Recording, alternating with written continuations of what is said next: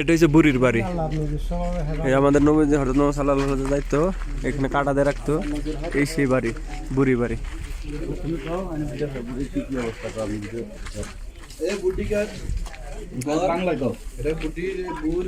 আমাদের নবী হযরত সাল্লাল্লাহু আলাইহি ওয়াসাল্লাম যখন নামাজ পড়তে যেত বুড়িয়ে পথে কাটা বিছিয়ে দিত, যেন আমাদের নবী এই সেই রাস্তা না যেতে পারে।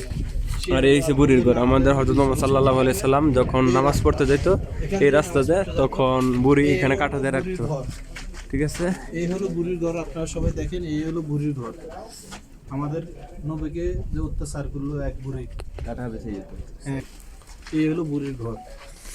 সবাই দেখেন, এই হলো বুড়ির ঘর। আমাদের নবী সাল্লাল্লাহু আলাইহি সাল্লামে এই হাত দিয়ে যেত, ওখান থেকে বুড়িয়ে কাটা বেঁচে যেত।